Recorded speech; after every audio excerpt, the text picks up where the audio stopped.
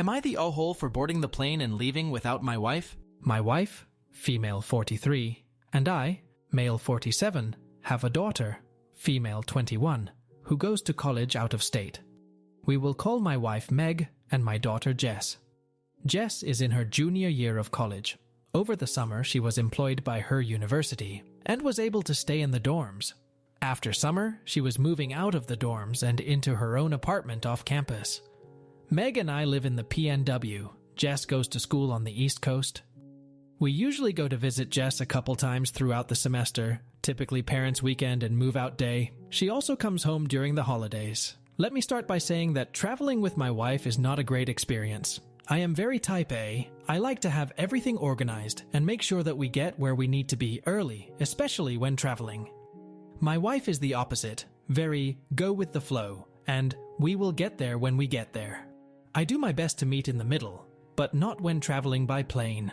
Last year, during Parents' Weekend, Meg and I were going to fly out to see Jess. Our flight was at 10 a.m. Our airport isn't huge, but not a tiny airport either. I told my wife that we needed to be at the airport 90 minutes early, and we live about 30 minutes for the airports. This being said, I wanted to leave at the very latest by 8, since we would also need to park and walk a little bit. I, of course, got up at 6 to make sure everything was ready and accounted for. My wife does not like to get up early. It took me attempting to wake her up 5 times before she eventually got up at 740, then wanted to make coffee, shower, and eat a bowl of cereal. Let's just say that we didn't leave the house until 9. It ended up being busier at the airport than normal, likely due to many colleges having Parents' Weekend, and it took so long to get through security that we missed our flight. Rightly so, the airline refused to refund our ticket. We were able to get new tickets, but not until the next day, and missed Friday afternoon and Saturday morning with our daughter. Jess was disappointed to say the least. Fast forward to now. We were flying down for a long weekend to help her move. We take one flight from our town to a bigger town nearby, then fly from there to my daughter's college town.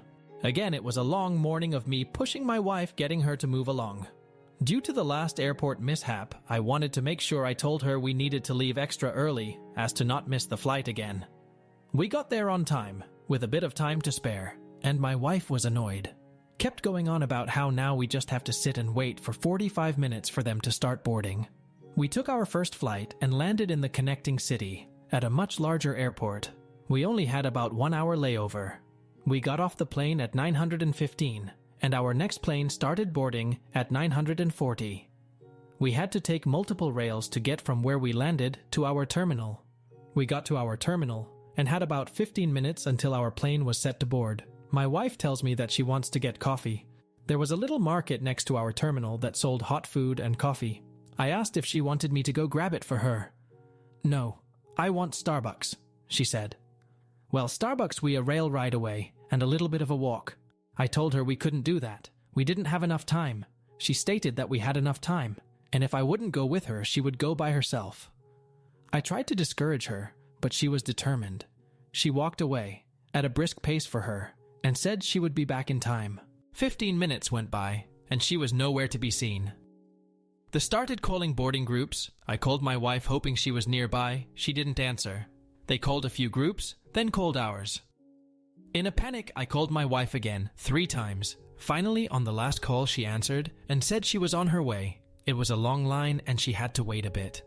I told her they were almost done with boarding and she needed to hurry up. I waited by the gate, but the attendant said they would need to shut the gate in 2 minutes.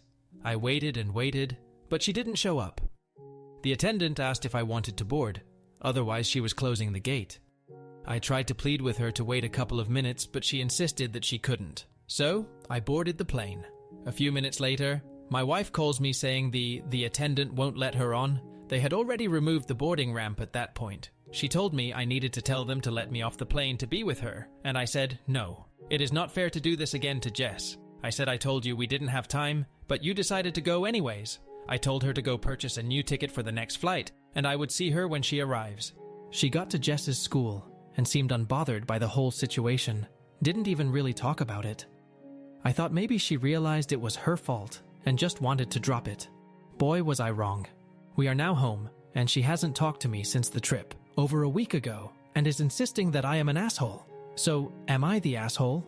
Update. For those who are outside of USA, PNW is Pacific Northwest. As far as how she acts in other situations, she generally doesn't have any issues. She is never one to be late to work or anything like that, or just seems like travel is her poor area. I never noticed things like this until we started traveling often to see our daughter. This is why I never considered ADD, ADHD. She really shows no other signs of this.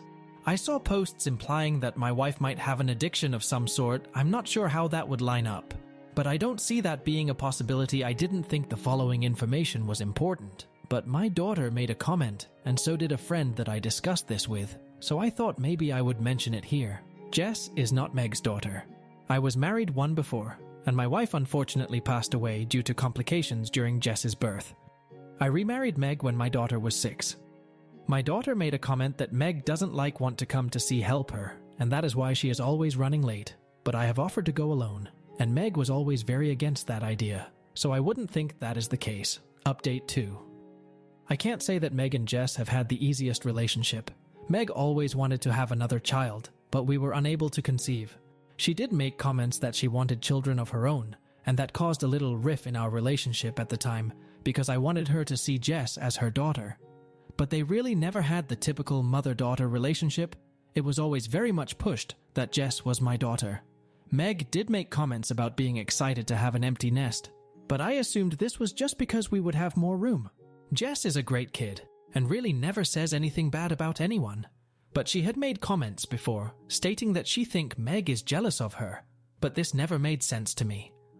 She has also told me that she doesn't want Meg to come to her school for Parents' Weekend, as she would rather spend it just with me, or wait for Father's Weekend. But Meg always says she wants to go, and I have never gone without her. This being said, I have never seen any negativity directed at Jess from Meg, or resentment. Maybe I am missing something? Update 3. My wife finally started talking to me again. When she did, I told her that I wanted to have a conversation about the situation, but I wanted to give it a couple of days for emotions to settle down. Some of the comments here gave me a great idea, and I wanted to see what she thought about it. For all future trips, I will have my tickets. She will have hers.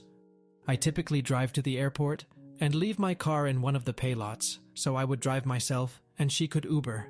She will have all the freedom she wants to do what she wants, but it is up to her to arrive on time and board the plane. I let her know that it was starting to feel like I needed to keep track of both of us. I phrased it in a way to make it sound like I didn't want to be controlling over her and let her manage her own time. She wasn't happy with this, but she reluctantly agreed. Now to get to the bigger issue that I didn't realize we had until reading the comments of this post. Call me oblivious, but I really never thought there was any issue between Meg and Jess. After talking to my wife, she wouldn't admit to any issues and stated that she would never intentionally delay a flight so that we couldn't see our daughter, and acted offended that I would ask such a thing. If that was her actual purpose, I don't think I would be able to prove it, but it will be at the forefront of my mind in the future. After talking to Meg and Jess, we decided on the following. Meg and I will be visiting Jess on Parents' Weekend, but I will be attending Father's Weekend from now on, and I will be attending by myself to get some alone time with Jess. Jess seemed very excited, and surprisingly, Meg didn't seem to have an issue with that this time,